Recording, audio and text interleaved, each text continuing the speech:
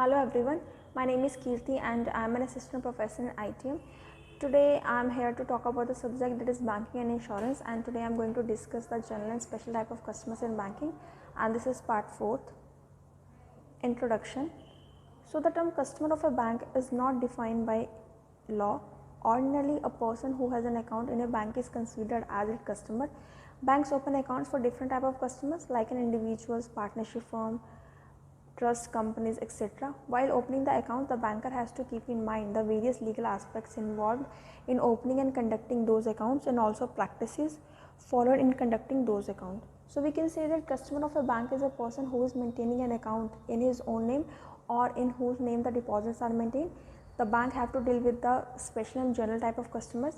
Number one is individual. An individual can be a person holding a bank account for personal use. Such customer must comply with existing regulations, and banker must ensure that they do not open and use bank account for illegal purposes. The customer should be properly introduced to the bank. The introduction is necessary for terms of banking practice and also for the purpose of protection. So we can say that bank have to take proper measure while opening a particular account, so that later on they will not find any chaos, right? So at some initial stage the bank have to take proper regulations while opening a particular account. Next is minor. A minor is a person who has not completed 18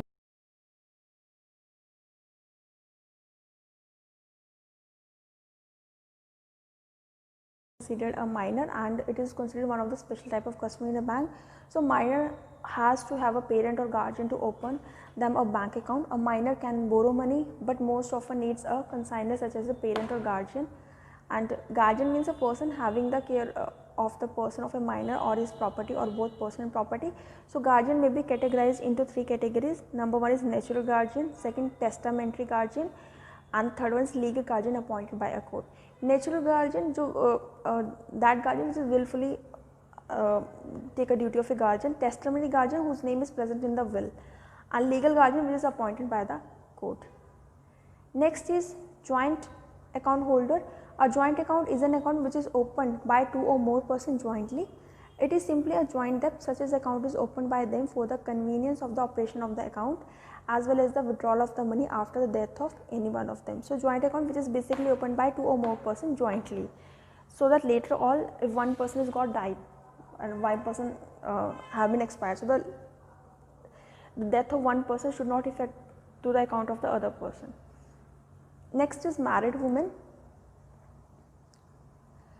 So a married woman is competent to enter a valid contract and bind her personal or separate estate. A banker may therefore open an account in the name of a married woman. In the case of a debt taken by a married woman, her husband shall not be liable except in the following circumstances. Number 1, if she borrow money for the necessity of her life, if she borrow for the necessity of her household, if she act as an agent of her husband. Next is Pradhanashini woman.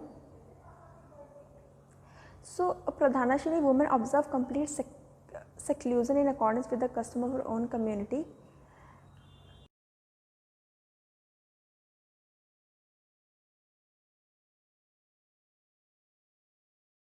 It is, we can say that these customs are followed by the Mohammedan generally. So they are not open with anyone. They have the they have to deal with the person other than their family members, right? So sorry, they doesn't deal with the person other than their members of their family. So they remain completely secluded, and their presumption that it is ordered by their law as they have to follow, and the banker should take due precaution in opening an account in the name of Pradhanashini woman. As the identity of such a woman cannot be ascertained, the banker generally refuses to open an account in her name. Next is illiterate person. So an illiterate person means a person who cannot sign his name. While opening of an account of such a person is unavoidable, the banker should obtain generally a left thumb impression on the account opening form and specimen signature card in the presence of an authorized bank official, and details of identification mark should be noted on the account opening form and specimen signature card, and at least 2 copies of photograph duly attested by any account holder or authorized bank official. Next is joint Hindu family. Joint Hindu family, it's an undivided family which is comprises all male members descended from a common sister. A joint Hindu family is a family which consists of more than one member, possesses ancestral property and carries on family business. The senior male member is called the Karta and the other male members as co-partners. Karta members the whole business of the family and the liability is unlimited, whereas co-partners have limited liability. Co-partners can be appointed as a manager. The Karta has the power to mortgage and pledges the property of joint Hindu family for raising the loan. So basically, joint Hindu family is an undivided family where generally there is a domination of the male members, right? So the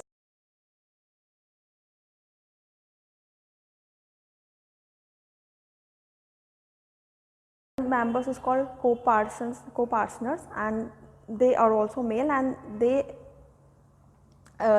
this manages all the things, which is, and the decision power has to be made by the Karta.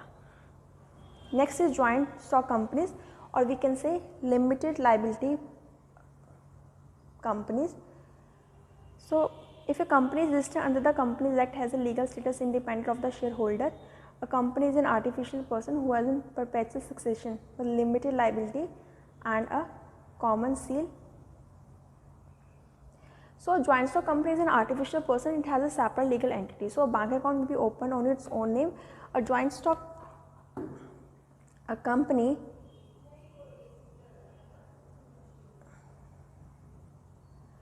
a joint stock company has to be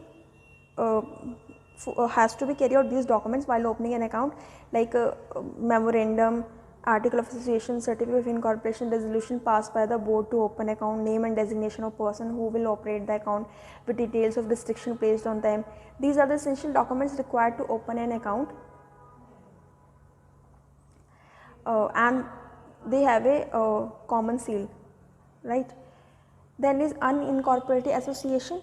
Banks open accounts for unincorporated association and clubs started for the purpose of sports, recreation, promotion of fine arts and education, etc.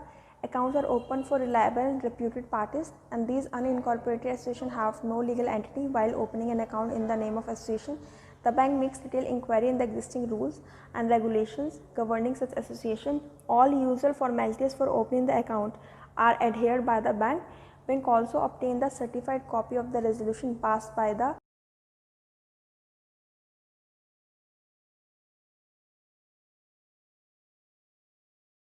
account on behalf of the association, duly certified by the chairman, obtained. So unincorporated association, which is created for some relative purpose like sports, recreation, promotion of fine arts.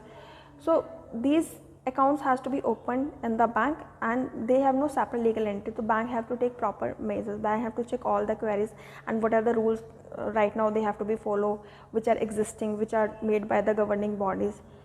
So bank have to even obtain the certified resolution copy from the governing body while opening an account. Next is society, club and association. A society gets legal entity only when it is incorporated under Companies Act or Society Act. Bylaws of the society, club, association contain rules, regulations and or conduct and activities of the association. While opening account of the banks, the bank have to carry out the following documents: the copy of bylaws, the copy of resolution passed by the managing committee regarding opening and conduct of account, certificate of registration an original, a list of managing committee members, copy of resolution for electing them as committee member duly certified by the chairman. Bank keeps a copy of all the above mentioned documents for its records. Next is partnership firm. A partnership is a relationship between persons who have agreed to share the profit of a business carried on by all or any of them acting for all. Since a firm is not a person, is not entitled to enter into the partnership with another firm or Hindu undivided family or individual. Therefore, bank do not open account where a firm is a partner of another firm.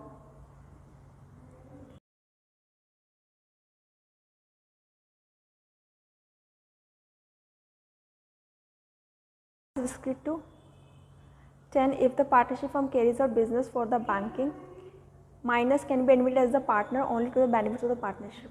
So firm account should always be opened in the name of the firm and not in the name of the individual partner or partners, because a partner doesn't have or implied authority to open a bank account on behalf of the firm on its own name. Next is trustee. Trusts are created by the settlor through executing a trust deed. A trust account can be opened after obtaining and scrutinizing the trust deed.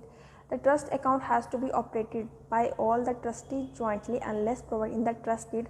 A check favoring the trust shall not be credited to the personal account of the trustee.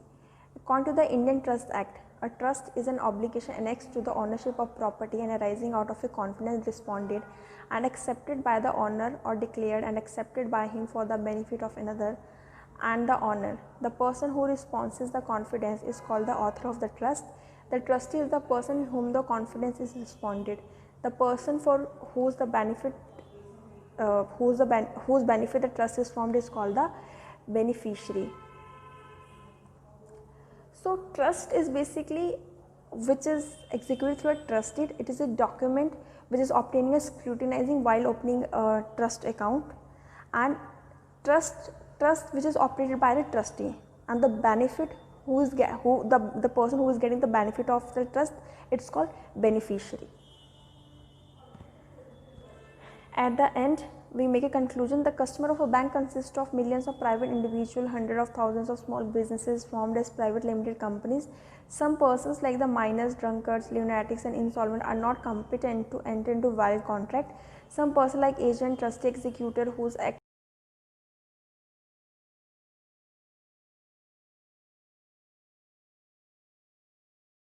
accordance with the provision. So we already discussed the major type of customer as that come under banking operation. So I hope all things has to be clear to you, and that's all for today. Thank you so much.